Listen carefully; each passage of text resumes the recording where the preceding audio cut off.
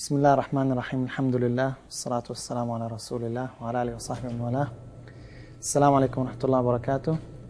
Welcome to the Fiqh class. Today, inshallah, we're continuing the book of purification. And we've reached the last topic of the wudu, which is the continuous performance of the acts. Now we stopped at the sequence. Do you have to do the acts in sequence? You start with the face, then the hands, then the head, and lastly the feet, or you can change. We said that the correct opinion is that you have to start according to the sequence. Now we are continuing to another issue. What about the continuous performance of the acts? Can you wash your face and then talk on the phone for 10 minutes, then wash your hands, then again something came up, and then you say, oh, I'm almost done, I just need to wash my feet? Or you have to start over? I was told again at school in revision class that it's makruh and even when you talk, Okay. Scholars differed on this issue, whether it is permissible or not. They disagreed about the obligation of continuous performance of the acts of wudu. And there are two reasons for the disagreement on this issue.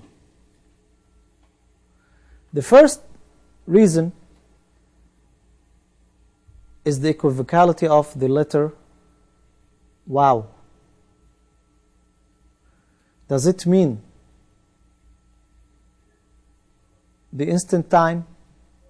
So you wash your feet or you wash your face, wa, and your forearms or your arms, your hands to the elbows? Does it include the succession in time, or there could be a period of time?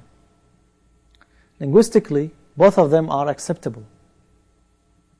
Now if I say Hisham and Khalil came, Ja'a Muhammad wa Ahmad, I used the same letter, waw, because both of them came. But maybe between each one of them there are 2 hours. It is still acceptable. And sometimes they come at the same time, and I still say the same thing. He and so and so came. Even in English, I think it is also acceptable. Maybe it is more accurate to say so and so came, then so and so came. If someone comes at 10 o'clock, then the other one comes at 11 o'clock, there is 1 hour difference between each one of them. But in Arabic, you could say he came and the other one came, although there is 1 hour difference, or they came together, both of them came. And based on that, scholars differed and said the waw does not necessitate the continuous performance. It says, do washing for your faces, and we did that. Wash your hands with your forearms to the elbows, and we did that. It doesn't say instantly.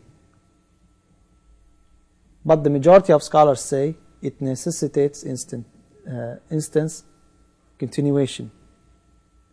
This is one reason. The other reason is the traditions came from the Messenger sallallahu alaihi wasallam. One of them was narrated by Abdullah bin Umar, or actually it is his action. Abdullah bin Umar radiallahu anhuma, it was narrated that he used to perform wudu except for his feet. He goes to the market and then he washes his feet and then he performs the prayer.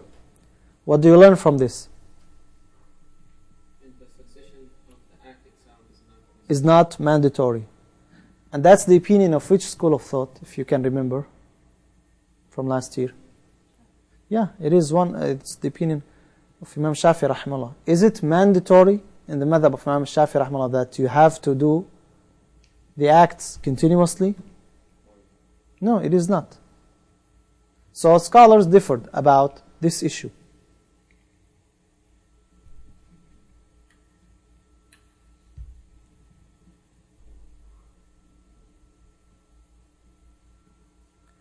So there are two reasons for this disagreement.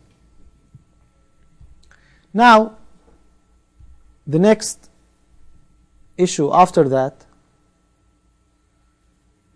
after the wudu, we're done with the wudu. Now we have wiping over the boots or the foot cover. Name it whatever you want. Wiping over the boot. And in this we will discuss several things.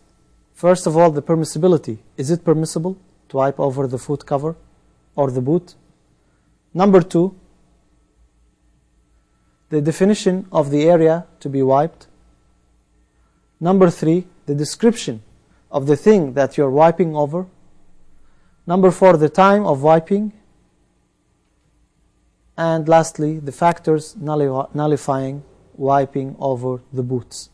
So we have 5 issues that we will discuss, inshallah. But before we move to that, we need to read the last issue of wudu from the book. So please open the book.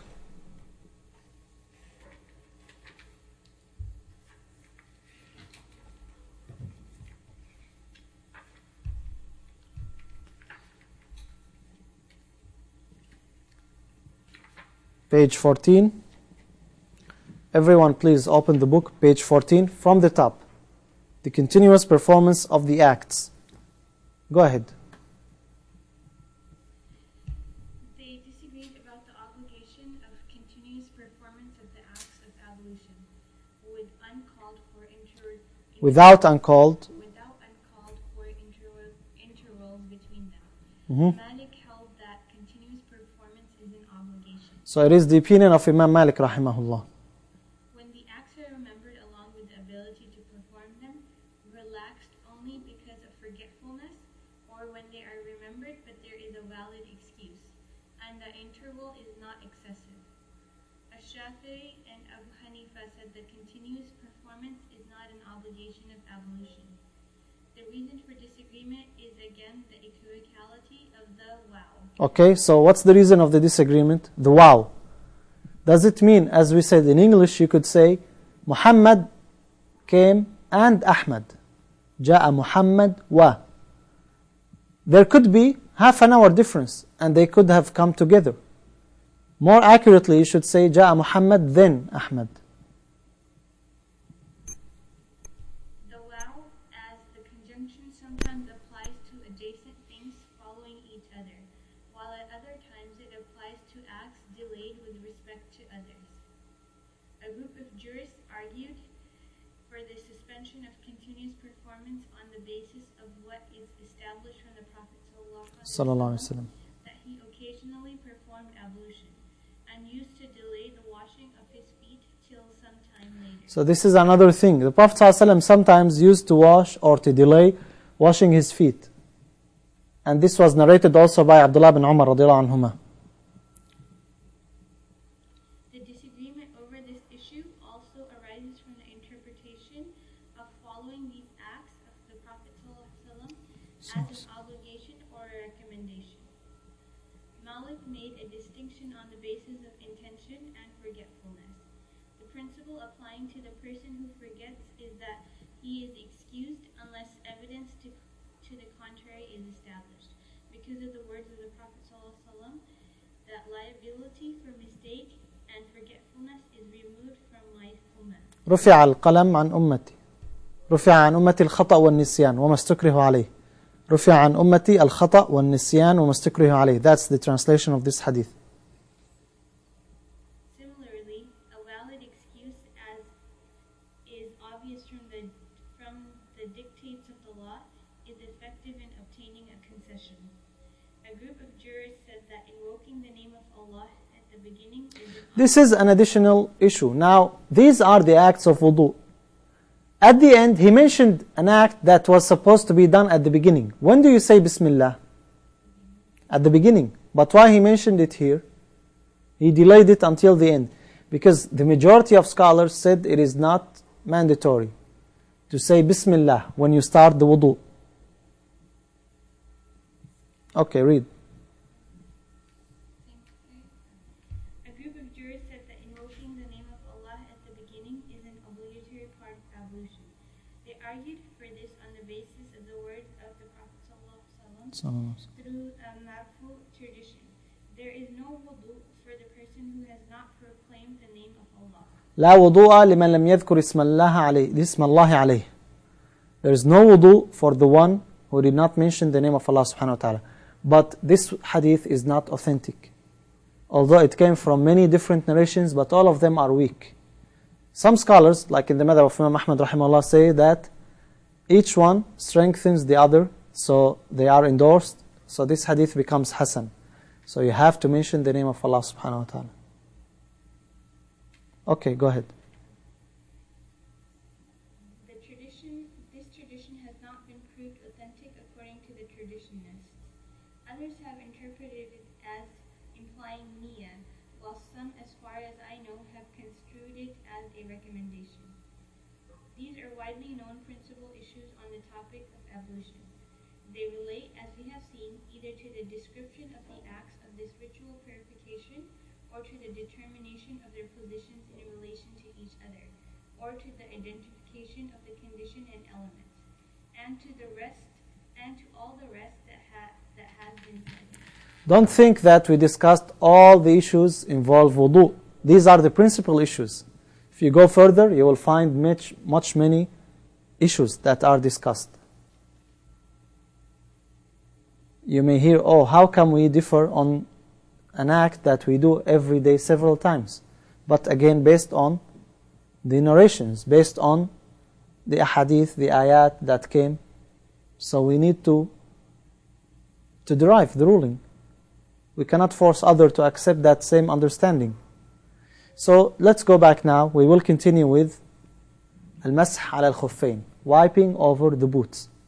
The first issue we take is permissibility. Is it permissible to wipe over the foot cover instead of washing the feet? If you say yes, what's the evidence?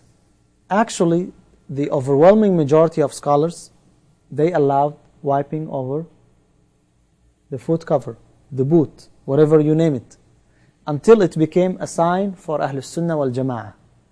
That's why in the books of Aqidah, it's not a book of Fiqh, yet they mention that يَرَوْنَ الْمَسْحَ عَلَى الْخُفَّيْنِ. They permit wiping over the foot cover. Why? Because the other sects, deviant sects, they forbade that. It came from mutawatir ahadith. Mutawatir ahadith. We have few mutawatir ahadith. One of them is about al-masah ala al-khuffayn. One of them is hadith al-Mughira. The Prophet ﷺ was performing wudu and he was wearing foot cover. Once he finished and he wanted to wash his feet, I came to take off his foot cover. But the Prophet ﷺ said, leave them, for I put them on in the state of tahara. The other hadith is hadith Jarir ibn Abdullah al-Bajali radiyallahu anhu. Jarir said, the Prophet ﷺ wiped over his foot cover. So those who heard him, they said to him, that was maybe before the revelation of Ayat al-Ma'idah. Ayat al-Ma'idah, what is the ayah that they are talking about? The ayah of wudu. Because what does it say? Wipe over your feet or wash your feet? وَامْسَحُوا بِرُؤُوسِكُمْ وَأَرْجُلَكُمْ إِلَى الْكَعْبَيْنِ. It's talking about washing. So Jarir radiallahu anh said, when did I accept Islam? I only accepted Islam after the revelation of Surah Al-Ma'idah. Which means he accepted Islam lately. Which means that the Prophet ﷺ used to perform masah over his khuf later. So it's not abrogated. At the beginning, some scholars, like some opinions in the madhab of Malik rahimahullah, they said it is not permissible. But then it was established that it is a practice of Ahlul Sunnah wal Jama'ah. Many ahadith, hadith Ali radiallahu an, hadith al-Mughira, hadith Jarir ibn Abdullah, many companions, they narrated the hadith of wiping over the foot cover. So it became very well known sunnah from the Messenger sallallahu alaihi wasallam that you are allowed to wipe over the foot cover. So first of all, is it permissible or not permissible? It is definitely permissible.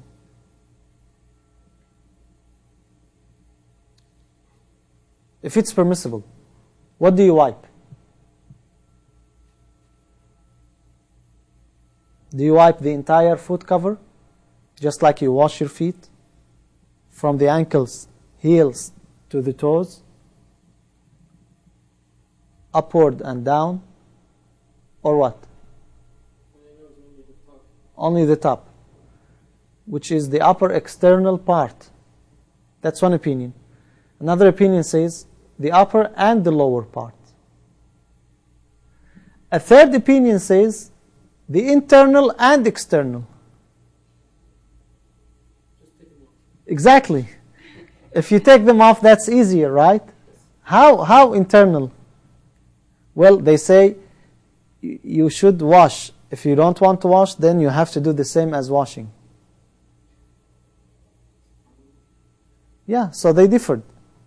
What's the reason for the disagreement?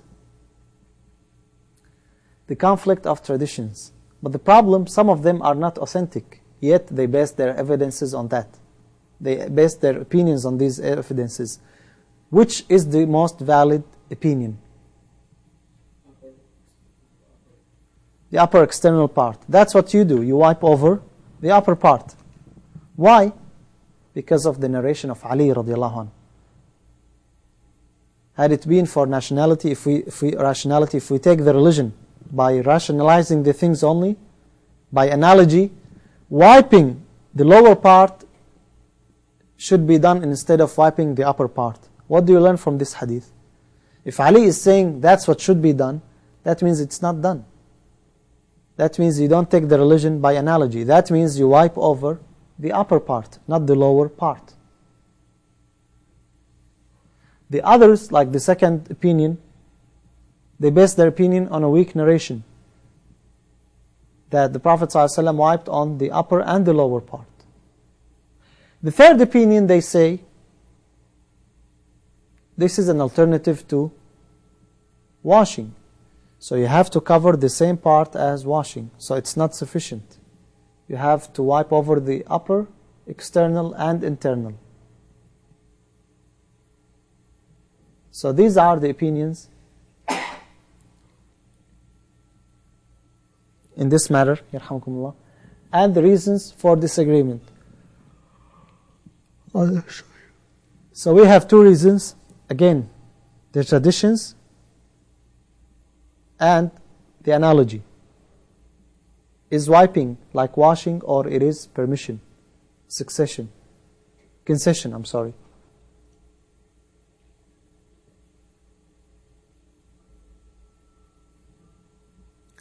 So this is the second issue. So what do we wipe? The upper part only.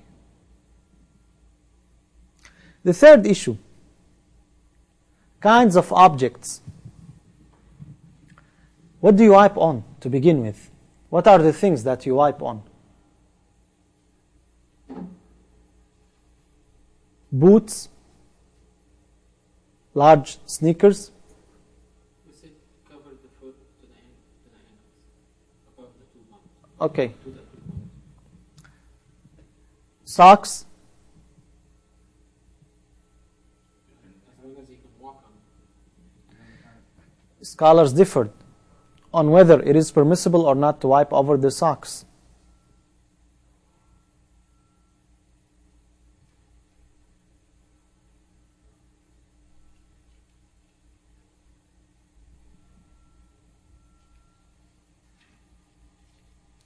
There came a hadith from the Prophet ﷺ that he wiped over the sandals and the socks. And this hadith actually is authentic. So, is it permissible to wipe over the socks? Some scholars say no, you wipe only over the foot cover. But this narration is authentic, and as long as it is authentic, then you can wipe over the socks.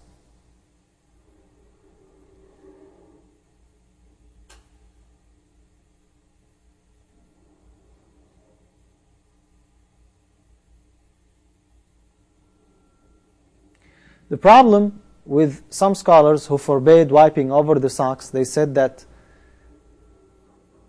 the foot cover is an exception because it is difficult to take it off. And that's why it was permitted to wipe over them. While the socks, it is not difficult to take them off, so you cannot wipe over them. And that's a problem, because once you get a permission, concession, you don't rationalize it.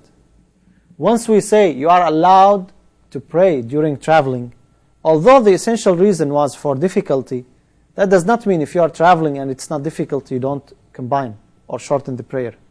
You shorten the prayer also. So do not try to analyze every concession or exception. That made also a difference. Do they have to be thick? The socks. The narration came with socks. So who stipulated thick socks? Again, those who said, yes, well, we will allow the socks, but they have to be just like the foot cover, so you have to walk over them. Yeah, that's better, but is it a condition? Interpretation.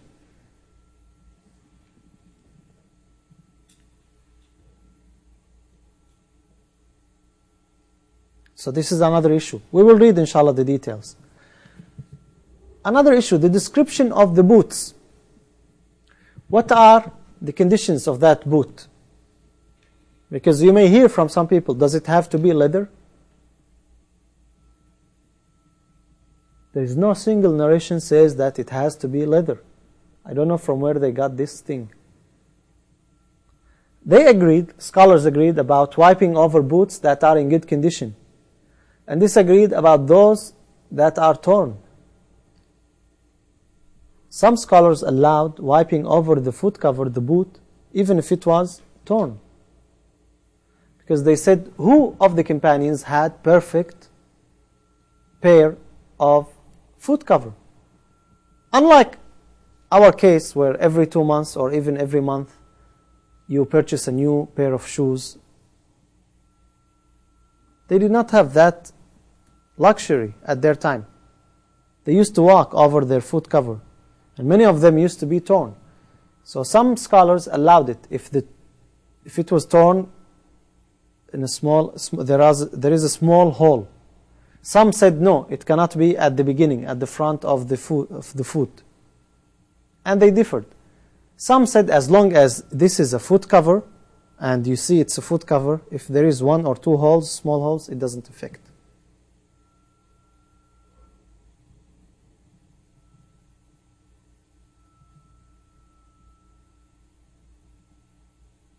This is the description of the boot. Time of wiping. Someone was wearing a foot cover for 1 month. He did not take them off. Can he wipe over them? 24 hours. Not according to Imam Malik, rahimahullah. He says as long as you're wearing the foot cover without major impurity, without taking them off, you can wipe over them as long as you want. But of course, the vast majority of scholars, they disagreed. And they said there is a specific time. Because the narration came, Safwan ibn Assal radiallahu anh, and Mughira bin Shu'bah and others, that the Prophet ﷺ fixed for us 3 days and nights for the traveler and 1 day and night for the resident. So that's the limit. Is there a time limit or not? There is. 1 day and night for the resident and 3 days and nights for the traveler. Why Imam Malik rahimahullah said it is not limited? Because he based his opinion on a hadith, but that hadith is also weak. So let's go back to the book and read those issues.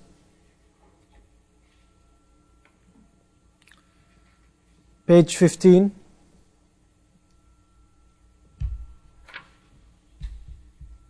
Or actually page 16. In the middle, the kinds of objects. page 16, kinds of objects.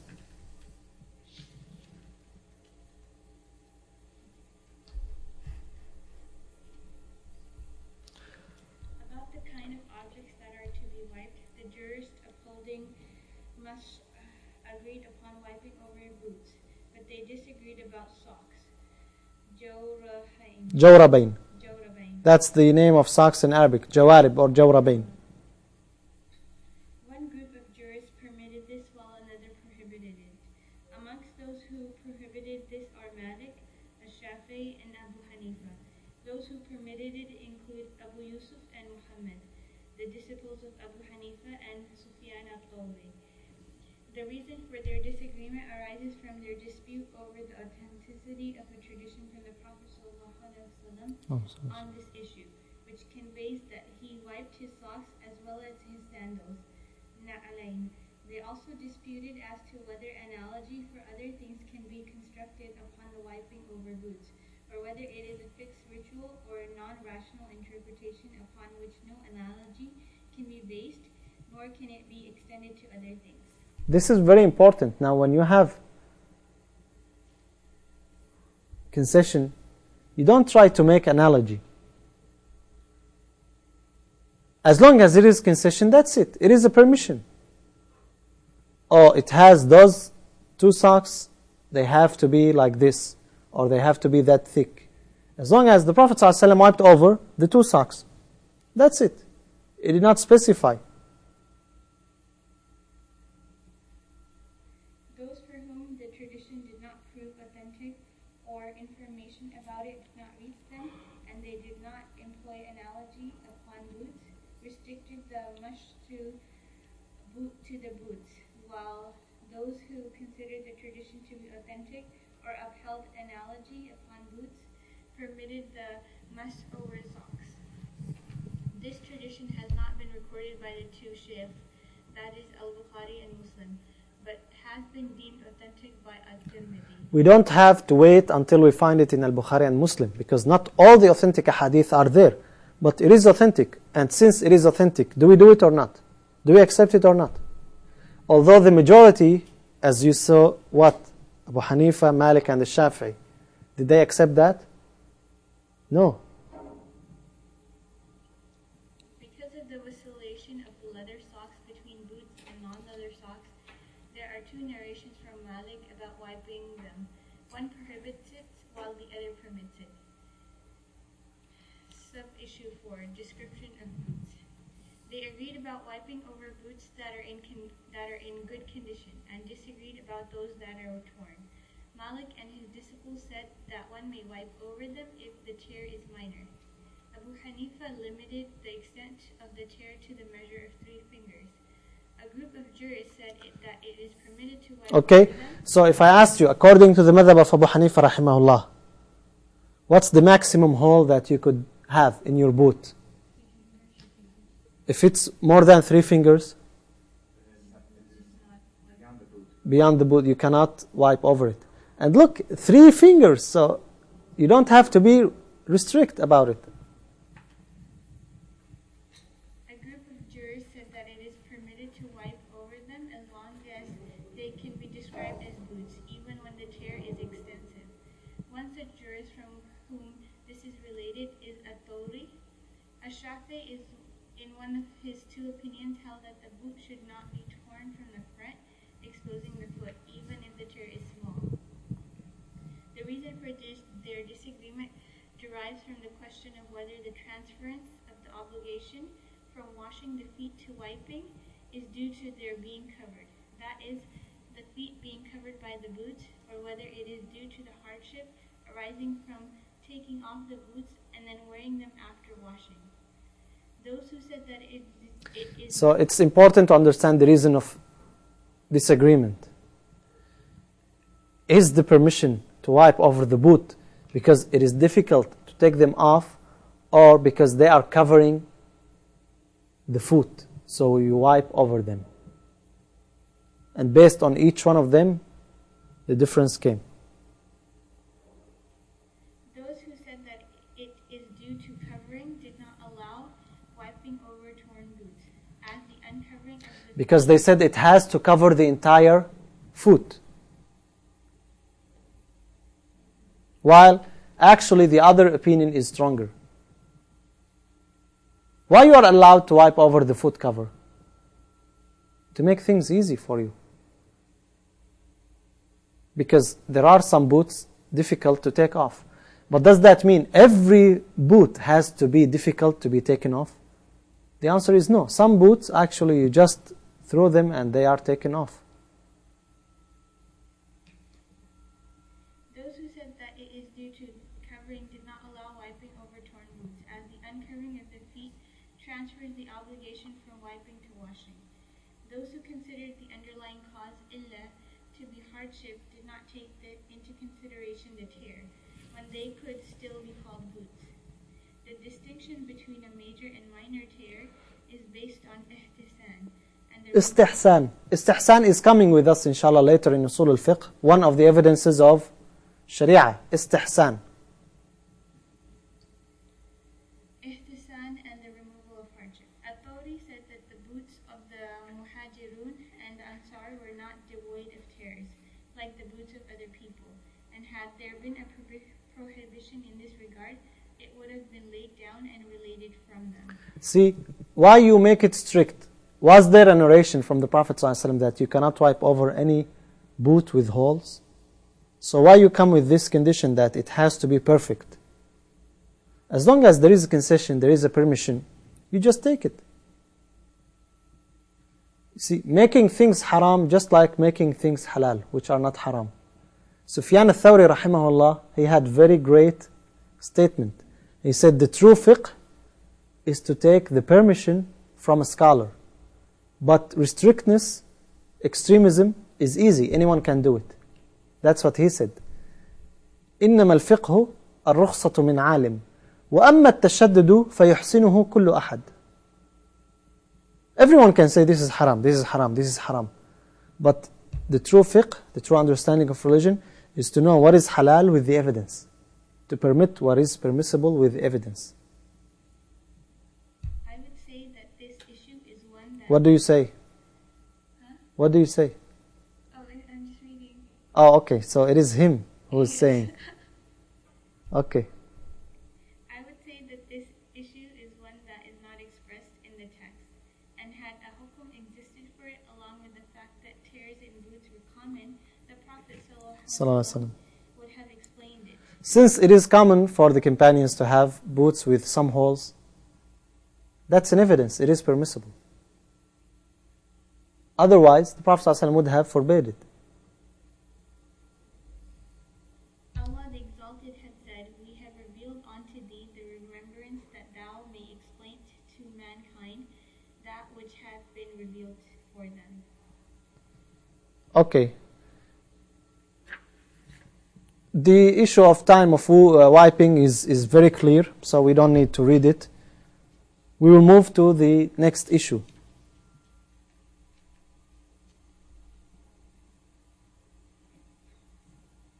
Which is the conditions for wiping over boots. Next page, page 18. Conditions for wiping over boots. The condition for wiping over boots is that the feet at the time of wearing the boot should be clean through the purification of ablution. This is something agreed upon except for a slight disagreement which is attributed by Ibn al-Qasim to Malik, as reported by Ibn Lubaba in Muntakhab. The basis for the majority view rests on the traditions related by Al-Mughira and others, which state that when the Prophet ﷺ wanted to take off his boots, he said, "Let them be, for they, the feet, were clean when I put them on." So one of the conditions is what? You need to put on your foot cover in a state of tahara. And that was mentioned clearly by the Prophet ﷺ when Al-Mughira radiallahu anhu wanted to take off his foot cover. Those deviating from the majority view interpreted this remark according to the literal meaning of cleanliness. The jurists differed in this topic about the person who, while performing ablution, washes his feet, puts on his boots, and then completes the ablution. Yes, And again, this is very rare case, but they also discussed it. Now here is, I want to ask you this question. You notice now that we have many issues, right? There are many issues, unlike earlier when we study in wudu like 5-6 issues. And if you go deeper, you will find more issues. Isn't it disliked to ask too many questions in religion? Is it or isn't it? Sallallahu Alaihi Wasallam, he would get upset. So why we are discussing too many issues? And why we are asking about issues that are only like hypothetical issues? So what do you think? It's good to know. Why?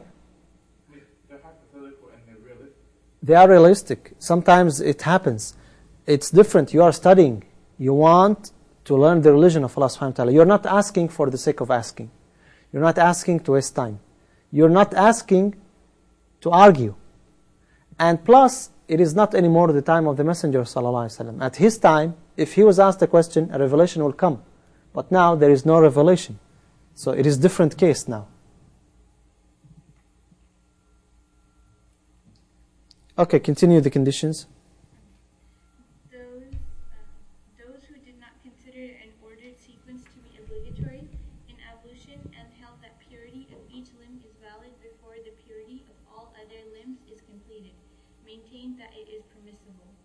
Those who held that a sequence is obligatory and that the purification of a limb is not valid before purification of all the limbs preceding it did not permit it. Okay, now until the end of this issue, it's all about this issue. If you perform wudu and you did not continue the wudu yet, but you put on your foot cover, can you wipe over it or not? Someone performed wudu, he washed his right foot, he put on his foot cover, he washed his left foot, and then he put his foot cover and wiped over it later on. Is that permissible or not? And I mean, it's not worth it, like all these details. The next issue, the last issue of the foot cover, the nullifiers of wiping over the foot cover. Factors nullifying this form of purification. They agreed that the factors nullifying this form of purification are the same factors nullifying ablution itself. They disagreed on whether taking off the boot nullifies this kind of purification. A group of jurists said that if a person takes off his boots and washes his feet, purification is maintained. But if he does not wash them and prays, his prayer is not counted, and he has to pray again after washing his feet. Those who maintain this include Malik and his disciples, Ash-Shafi and Abu Hanifa. The majority of scholars, of course. Malik, however, maintained that if he delays this, he has to renew ablution, conforming with the condition of continuous performance of the acts of ablution. Anyways, what did he discuss here? Nullifying this type of purification. What nullifies?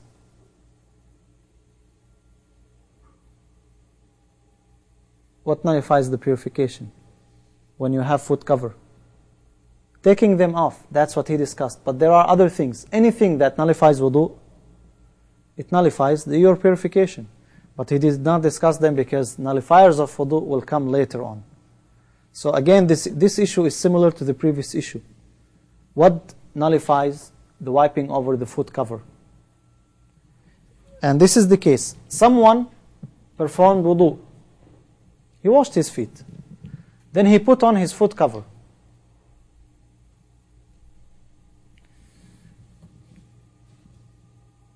After some time, he takes off his foot cover. Is his wudu invalid or valid?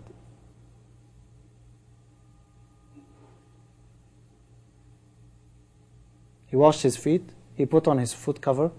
After 1 hour, he took off his foot cover. No, it's done. What is done? If his foot got uncovered, Yeah, he uncovered it, yeah. he cannot wash over his. Hmm? No, he can't. He did not use the foot cover. Yes, he put it on, but did he wipe over it or he washed his feet? He washed his feet. So It doesn't matter if he took off his foot cover.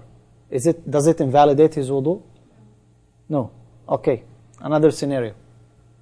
Someone performed wudu, washed his feet, put on his foot cover. Then his wudu was invalidated. He wiped over the foot cover. Then he took them off. Then he put them on. And he performed wudu and wiped over the foot cover. He said he invalidated his wudu after he put them on, Yeah. and then he took them off, Yes. and then he put it back on. Yes. What's the question?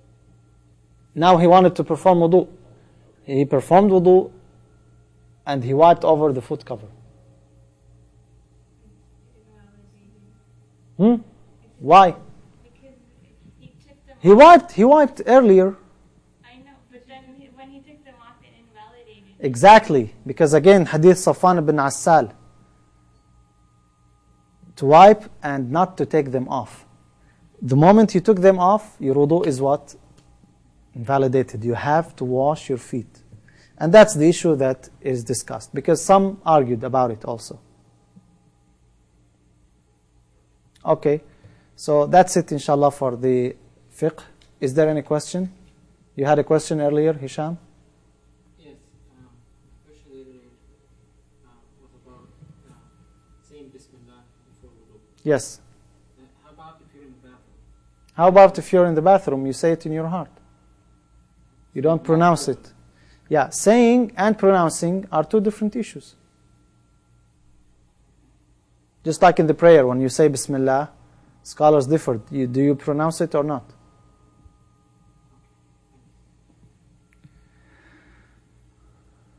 Do the boots have to cover the ankles?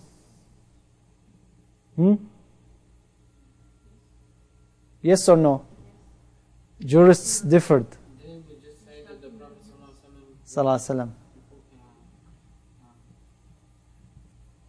masah over his sandals? Yeah. Again, yes. Yes, he wiped over his sandals. That was the hadith. Is it, you said that one should not delve too much into the books, right? Yeah. Now, would you consider delving to say, if he wiped over the jawrab vein, what is a jawrab? What is it? Yeah, what is the jawrab? Is that a question that should be asked, or just leave it? No, ask it. What's the jawrab? What's the difference between jawrab and khuf? In the context of that time, our time, what is the jawrab? Jawrab is a socks. What is the sock? Yeah, what is the sock? Whatever covers the foot from cloth. What would they use to cover that? What would they use at their time to cover that? Shouldn't that be, isn't that a proper question to ask? What did they use to cover that? Yeah, it is a proper question. And it was mentioned later on also that they used to, when do they wear socks? In winter, usually, to warm their feet. In summer, it's not perceived that they used to wear socks. It is too hot. But someone would come and say, no, even in summer, they used to wear socks because they need to wrap the sandals and they cannot hurt their feet. So they put socks. So it is really subjective. It's not one thing.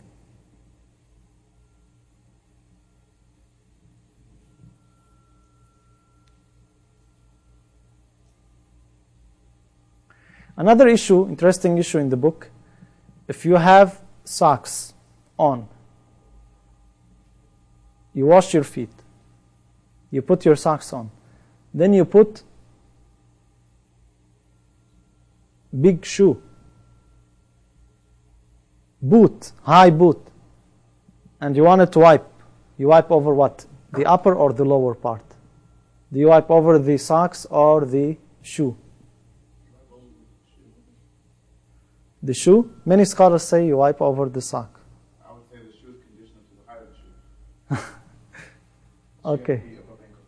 Well, depending on what you wear and when you're performing wudu.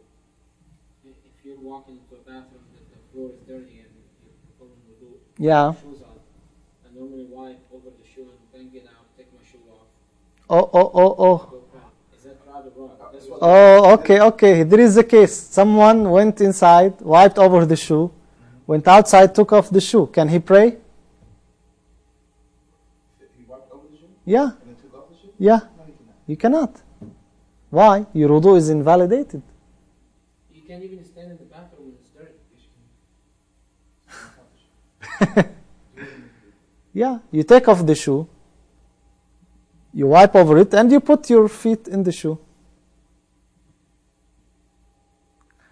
Or you wipe over the shoe and don't take it off. You pray with the shoe. In the mosque. In the masjid. No, if it's in the masjid, come on, in the masjid and it's not clean. Well, what it was, it wasn't. I've just seen the truth. That's what happened, and I always wondered about it. Can we wipe over the boots if we wiped on the socks after wudu and not the boots? Yes, you can.